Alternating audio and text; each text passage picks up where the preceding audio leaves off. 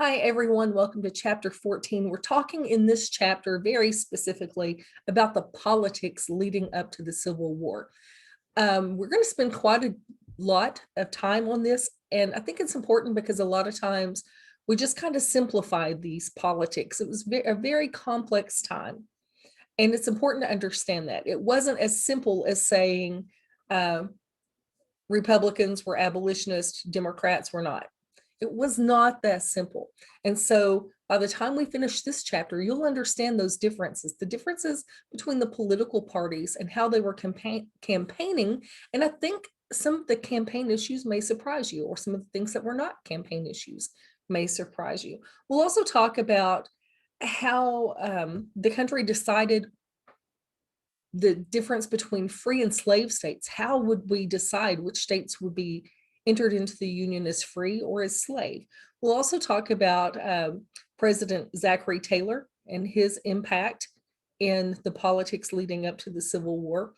We'll also talk about Stephen Douglas, and we'll talk about the Missouri Compromise, the Wilmot Proviso, and by the end of this chapter, you'll be able to understand and explain all of those things. So let's jump right into it.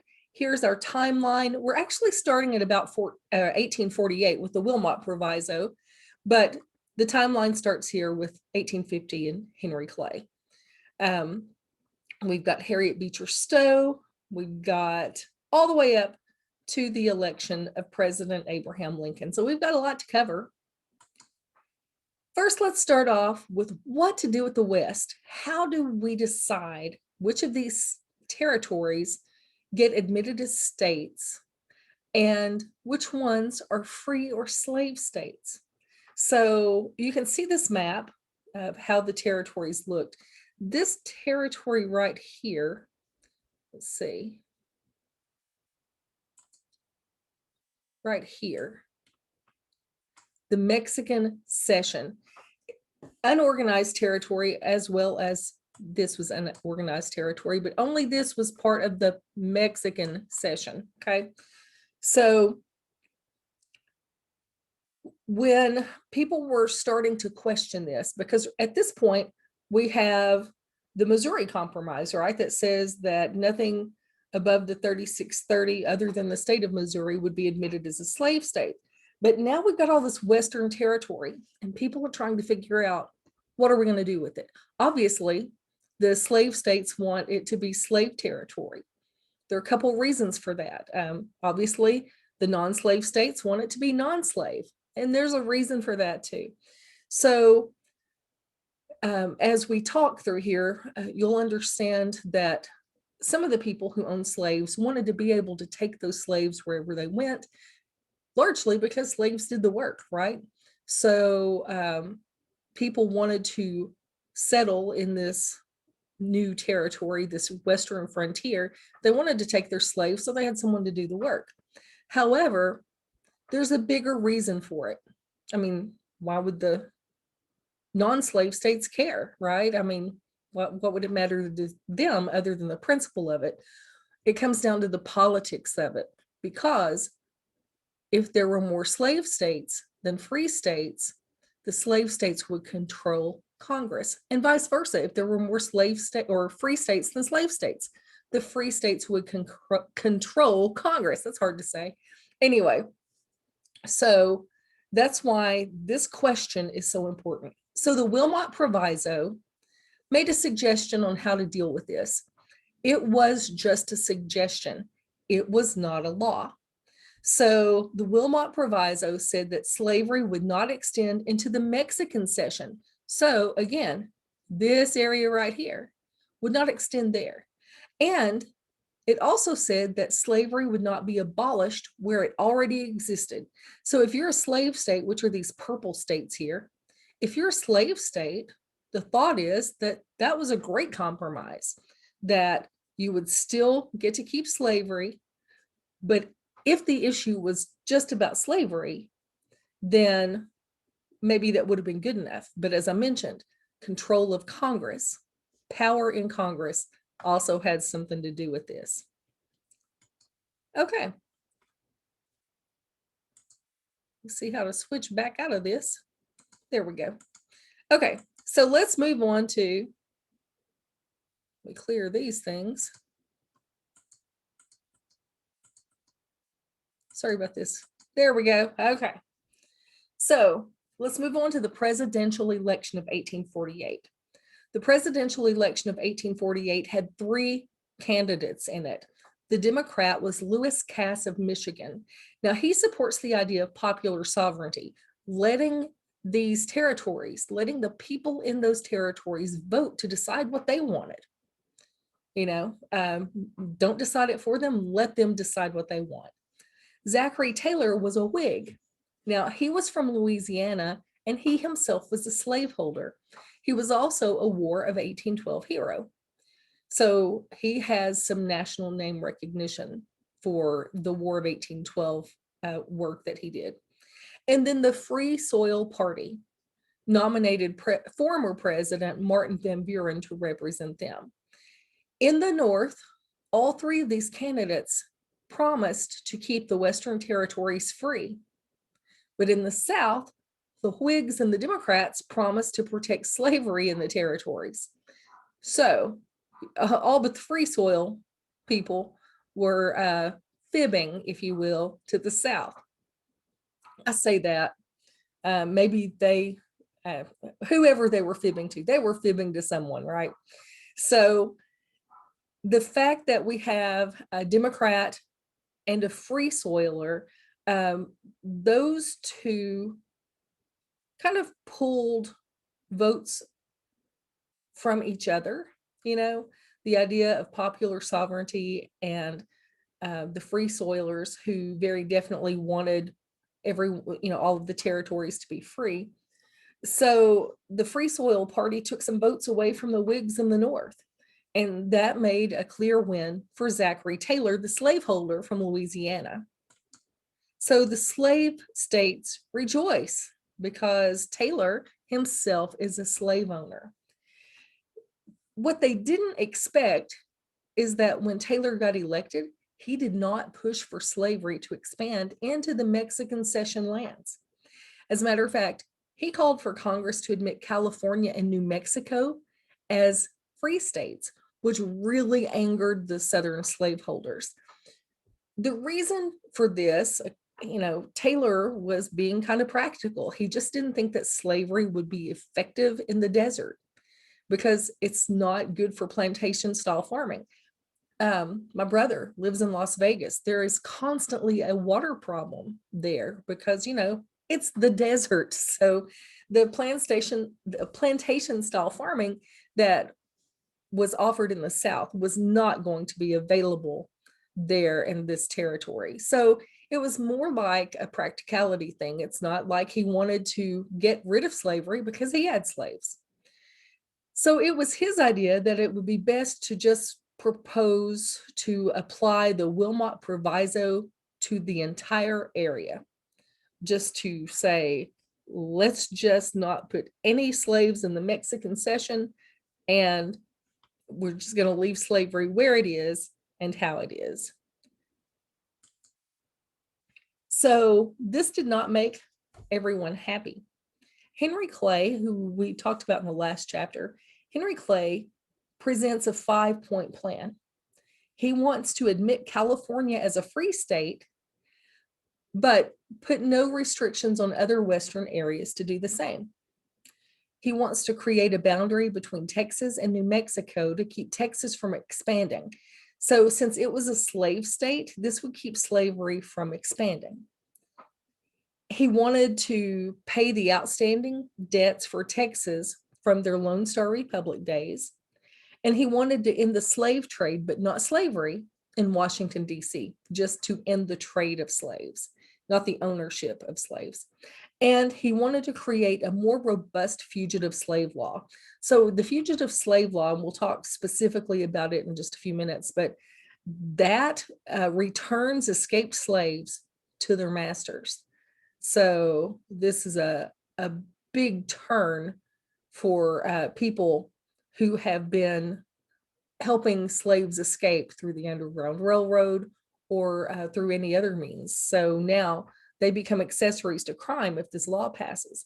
The thing about this plan, Clay wanted it all to pass as one. He didn't want to jack around with, getting this one passed and then having to pass number 2 and then number 3. It's all or nothing. Clay's idea was this is all or nothing. So John C. Calhoun argued that the North was standing in the way of the South's prosperity and the prosperity of America as a whole. So he wanted a really vigorous federal law to get those escaped slaves back to their enslaver. And he wanted an amendment to create a dual presidency, that the North would have a president and the South would have a president. So you can definitely hear there that there are some problems regarding the nation's unity.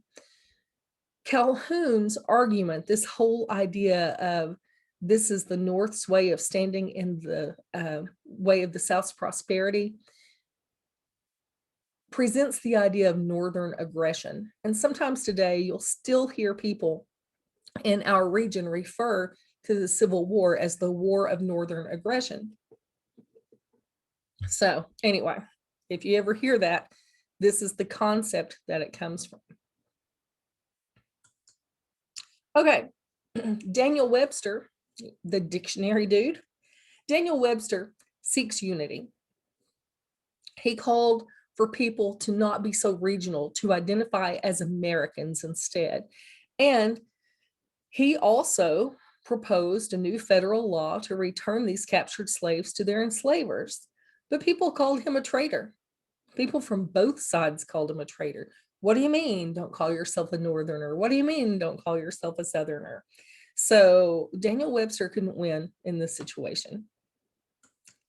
So what ends up happening as a result of all of this battling, bickering, and stuff is the Compromise of 1850.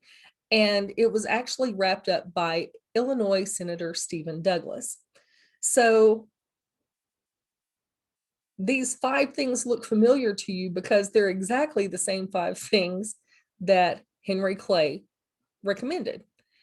He wanted a stronger Fugitive Slave Act. This one specifically provided federal bounties to slave catchers. So you got money if you caught a slave. That means that that's an incentive for people to turn slaves in. So he kind of went one better than Henry Clay's proposal, if you look at it that way. He wanted Congress to admit California as a free state. Congress settled the Texas boundary question, which kept Texan slavery from expanding. Slave trade was banned in Washington, D.C., but slavery continued to thrive there because it was just the trade of slaves that was banned. And the territories relied on popular sovereignty to decide what they wanted. Did they want to be a slave state or a free state? So the thing is, Stephen Douglas worked these 5 aspects of the compromise through Congress individually, where Henry Clay said it's one and done or nothing at all. So Stephen Douglas is the one who really wrapped up the compromise.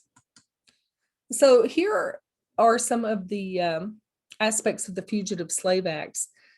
It provided heavy fines and prison sentences for Northerners or Midwesterners, anyone really, who'd helped slaves escape to freedom or refused to join posses to catch escaped slaves.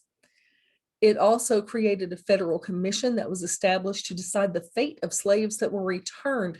So there's that. You have a federal commission established to decide what's going to happen to the slaves.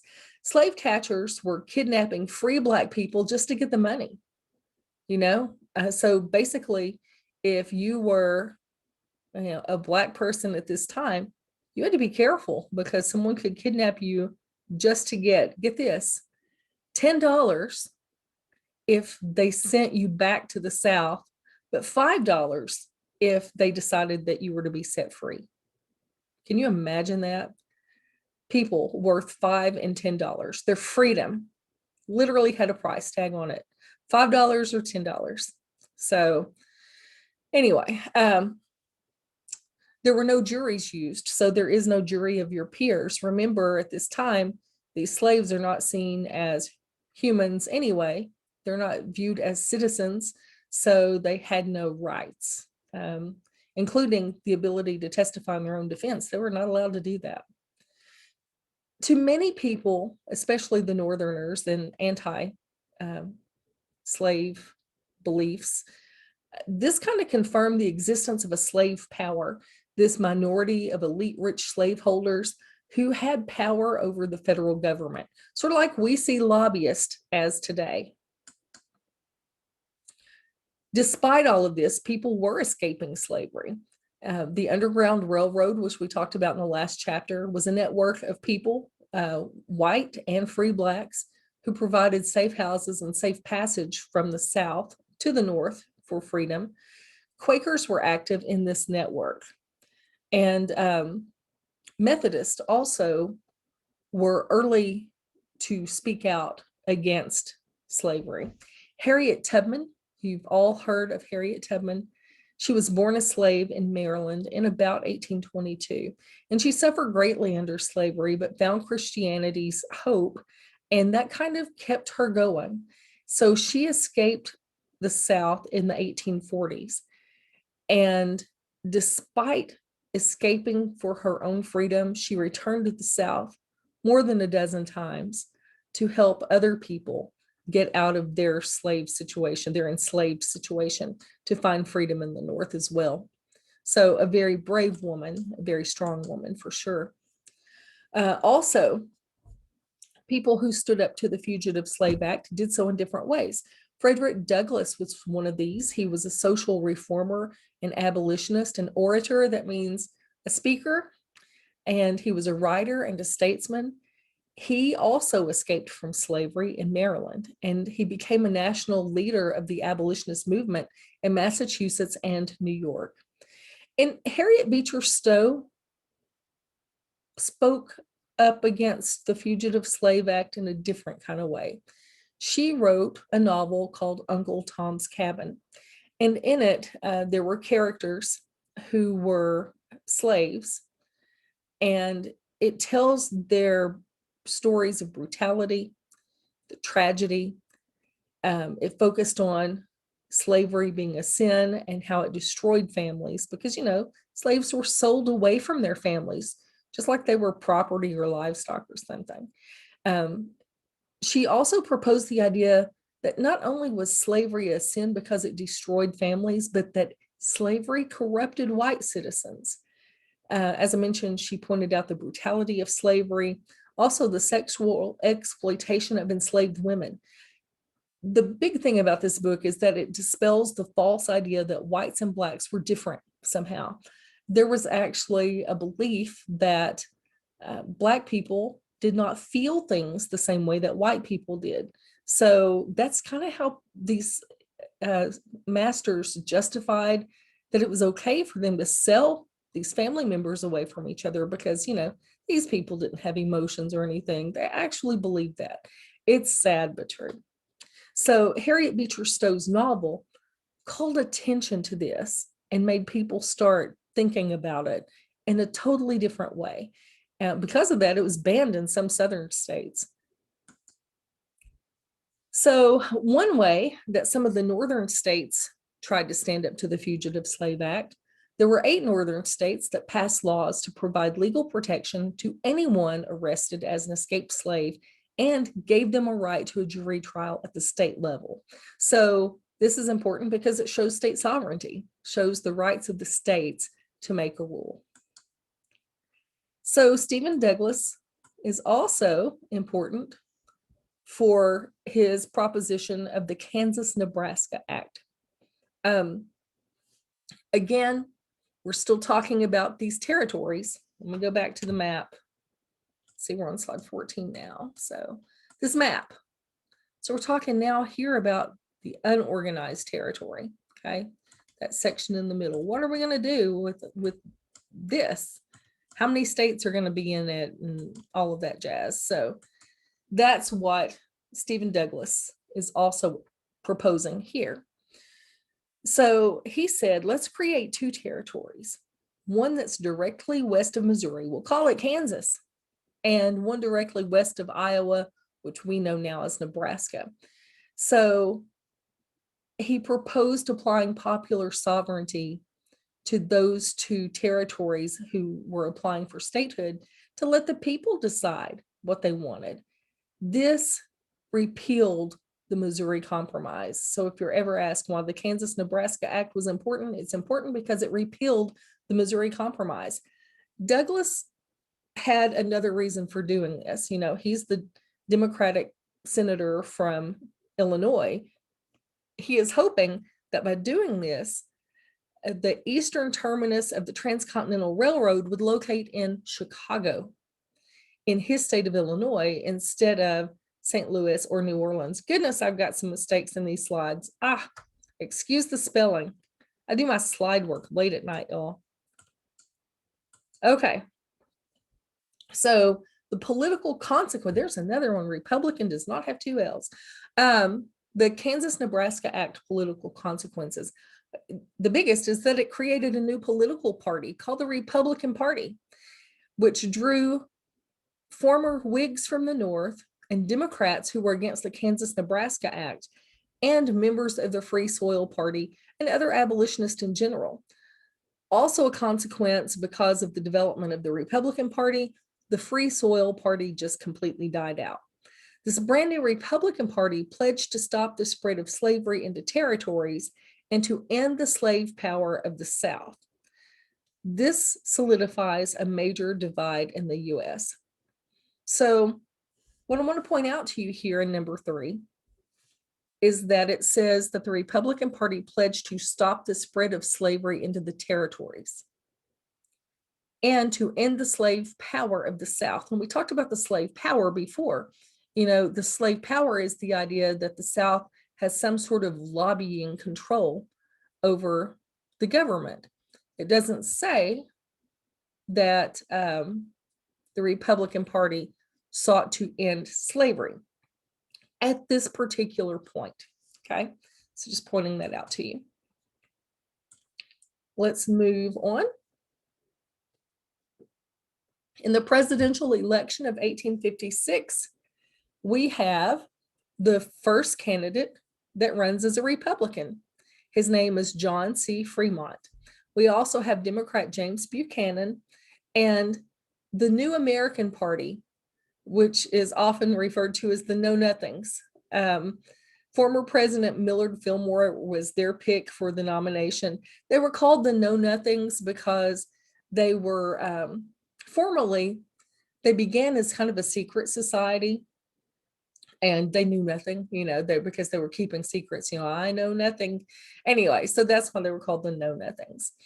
They want the Know Nothings, or the American Party, wanted to stop immigration. They opposed Irish Catholics and laborers from China. So we start to see this kind of system of othering beginning, where they're stopping or wanting to stop other people from coming into the US. Another important person to this time period is Dred Scott. And here's a picture of him right here. So Dred Scott was born into slavery in Virginia in 1795. In 1820, his enslaver took him to Illinois and then on to the Wisconsin Territory, both of which were free because slavery was prohibited by the 1787 Northwest Ordinance. Upon returning to Missouri, Scott attempted to buy his freedom, but his owner refused.